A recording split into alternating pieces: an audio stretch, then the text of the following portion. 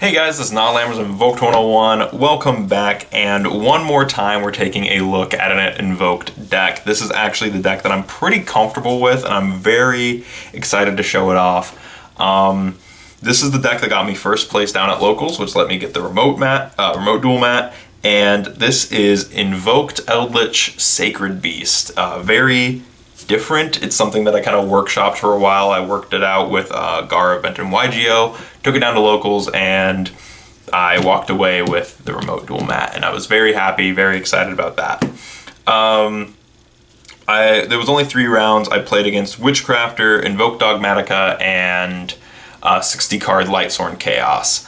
So Shaddoll Lightsworn Chaos. So that was pretty cool. But with that said, before we get into this deck profile, down in the description, if you feel like supporting the channel, there are a few links, including joining the Discord and just clicking that subscribe button. With that said, I'm going to move the extra deck out of the way, and we're going to get right into the deck profile. I am going to do this one a little bit differently, though. We're going to go through each individual engine, kind of like, I think I've done this before with a few other decks, so we're going to do that first. We're just going to go through the engines. This is 43 cards. If you feel like cutting 41 through 43, I will tell you exactly what those cards are. Starting us off with the Eldlich stuff, I played 2 Golden Lord. It is kind of weird only playing 2 Gold Boys, but I think I've never felt like I needed the 3rd one, so I guess 2 was good. Then for his supports, I played 3 Cursed Eldland. This is honestly one of the best cards in the deck because it baits negates like no tomorrow. They either stop this when I activate it, or they stop it when I attempt to go to it, and if they stop it when I do that, then I get pluses either way, so really cool card. And then I play 1 Elixir of Black Awakening. I actually end up siding this card out a lot. It's not super hot, but I like seeing it just in case. I like having the option for it, mainly to banish it from my graveyard later. Off of itself to set Conquistadors and Hawk Heroes. Speaking of Conquistadors and Hawk Heroes, I play 3 Conquistador, 3 Hawk Hero. Both of these are really cool. I actually will side them out. Not all 3, but I'll side 1 or 2, 1 out depending on the matchups. Like if I know I'm gonna go up against Dragon Link, I'm gonna leave in the Hawk Heroes, might side out a Conquistador. If I'm going up against Gara, I'll leave in the Hawk Heroes because he plays Orcust, so I'll leave those in to hit. But you know, it all depends on what you're playing against. Then after that, we are playing 3 Elixir of Scarlet Sanguine. This is another card that I actually end up drawing this a lot, and it's kind of annoying, so I'll usually side 1 out just to see what happens. But this is the engine I usually, if I have to take stuff out, like I'll side 1 of these out, side this out, side 1 of these out, and that's 3 cards right there. So yeah, really, really good package, really good engine, especially for control decks. And I've thought about, for October, since it's October, I've thought about doing Eldlich Skull Servants and seeing how that would work out. If you guys are interested in that, let me know, because I would love to try and put that together. That's it for the Eldlich stuff. Moving into the Evoke stuff, because of course we have my sweet baby boy Alistair. Alistair is of course one of the most ridiculous normal summons in the game, being able to loop himself essentially, and being a 1-card boss monster all on his own now with Almirage and Vert. Almirage and Secure Guard. Now I knew that sounded wrong. But yeah, Alistair's really good, and really, I love this card so much. I love this engine so much. Then, for the first time on the channel, 3 Magician Souls. These are my Magician Souls. I don't have to borrow them anymore. So yeah, I was really happy. Shout out to Lucky for hooking those up. But yeah, really cool Magician Souls. I do play 3. I do count it as part of the Invoked engine because this is more so to include with it because it dumps Palladium Oracle Mana, which is a light monster. I recently saw someone comment that they use the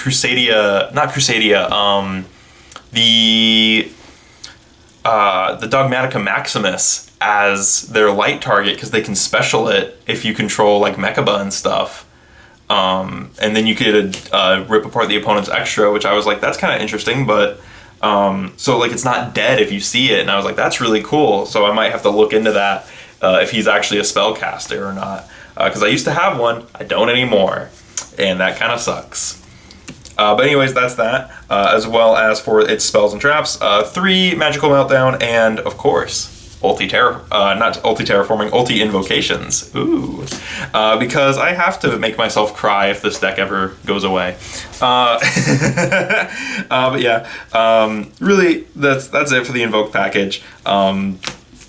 It does the service well. The only thing that is kind of wrong with it is the other engine, but I haven't had the issue where it conflicts as much very often, and that is the Sacred Beast engine, which includes 3 Dark Beckoning Beast, also known as Edgy Becca, 1 Chaos Summoning Beast, also known as Edgy Sam, and then 3 Opening of the Spirit Gates. So the reason that Invoked might conflict with the Sacred Beast engine is because both of them rely on their normal summons, and that was something that I worked out through testing.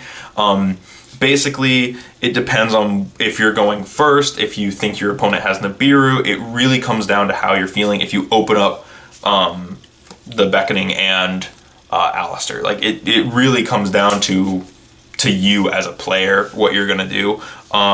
Typically, if I see this and I see Eldland, I'm going for the Sacred Beast stuff. But if I see Souls, and if I see Souls, I'm always going to go for Souls.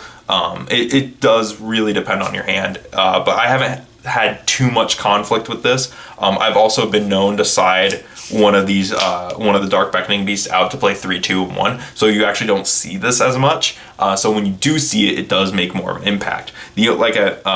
But it is less impactful. I don't know if this is better yet, because I know that you can play this with the Dogmatica stuff. So I don't know if this with this is good or what, but I'm enjoying it so far. And you know what? Like it's done me well so far. So I enjoy that.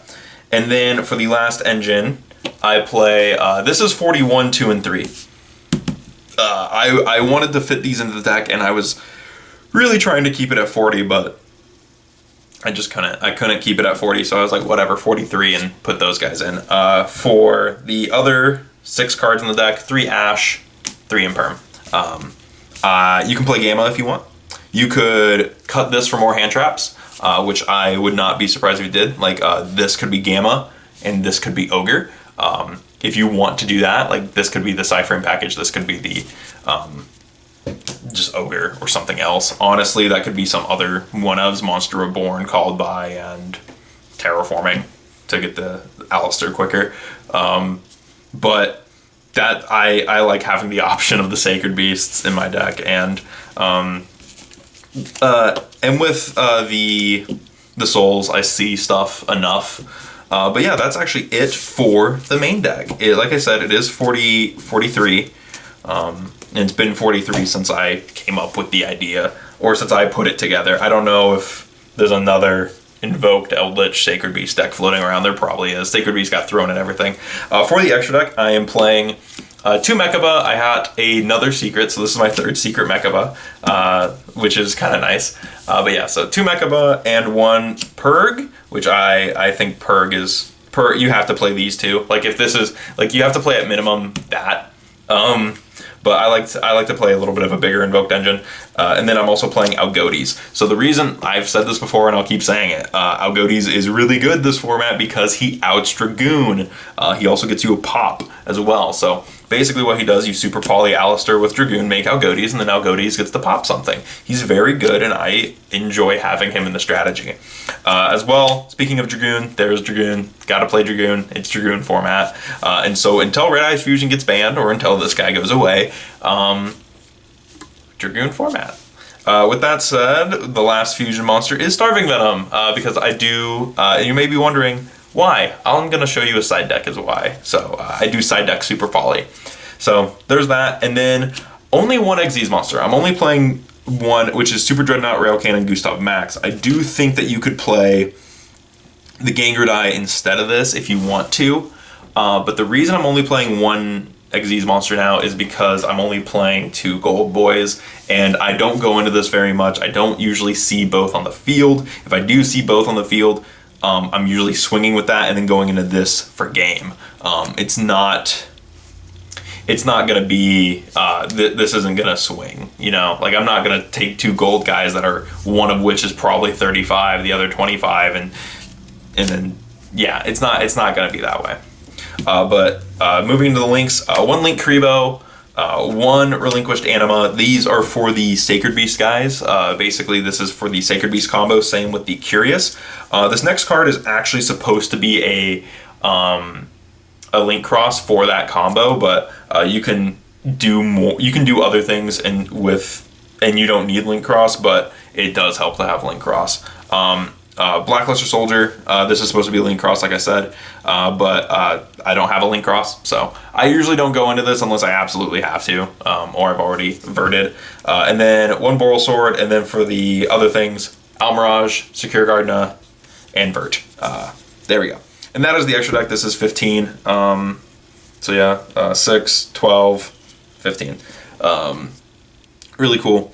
Vert's really useful, also for Super Poly, because you can Super Poly your stuff into whatever. You can Super Poly your opponent, you can Red Eyes Fuse. The only thing you can't do is Invocation, which kind of sucks. But yeah, that's the links and the extra deck. And so that's it for the core stuff. There is a side deck, which I am going to show off, because I think the side deck is important with this. Because this is a very heavy go first control deck, I do think that the side deck is very important for this. So for going second, we have a lot of going second stuff, mainly Gamma Seal. Gamma Seal is really cool. Then we also have Dark Ruler No More to shut off all their things. If you have Forbidden Droplets like I used to have, then you can use this. I wanted Ulti Invocations, but you can use Forbidden Droplets, but I use this. Then I play Eldlich, and where is it? Golden Land Forever. These are things that if I feel like I need them, will put them in. I actually don't think I will ever use this one. White Destiny has come up. I have put that into the deck before. Same with Golden Land Forever. I have put that into the deck before. So if you're looking for a card to swap out, you could swap this as well as the Regeki. I do play Regeki in my side. Like I said, this is a lot of going second stuff. Same with the Nibiru's. I think Nibiru is really cool for going second. I think that like I said, if you want to main deck him, you can. He is a light, so he does work. If you don't want to play the Sacred Beast stuff, you could do that. You could play Nibiru instead. And then I'm playing 2 Super Poly and a Cosmic. I've actually thought about swapping the Regeki and the Eldlich for 2 more Cosmics, and that's probably what I'm going to do, because there are a lot of times where I just want that other Cosmic. But I think 2 Super Poly is fine. But honestly, like, if you want to, like, this could be Cosmic, this could be Cosmic, and then the Gold Land, which, because I almost don't use this at all, could be a 3rd Super Poly if you really want to do that. But I actually kind of like having the counter trap on the side, so I probably will end up being White Destiny. But these are probably going to become Cosmic Cyclones. But yeah, so that's the side. I actually think the side is really strong for this. I've enjoyed using the side deck, aside from the fact that I've limited myself to 1 Cosmic. But the siding is a little difficult with this deck, because you almost have to rip out a whole engine, and you're like, oh, I don't want to do that because this is good and I could do that. So it really does become a what do you want to sacrifice type deck. But with that said, that is it for my first place Eldlich Sacred Beast Invoked deck. I've really been enjoying the Eldlich stuff. Like, I tried getting rid of it to swap to Dogmatica, but as I've been I couldn't get rid of it, so I was like, all right, I might as well use it, and it's really grown on me. I've really been enjoying the strategy as a whole, so... but yeah, let me know what you guys thought about this deck in the comments below. Let me know if there's anything I could improve to this deck, and while you're down there, feel free to check out the description, where if you feel like supporting the channel, we have a few different links, including joining the Discord. With that said, I will see you guys in the next video. Thank you for watching.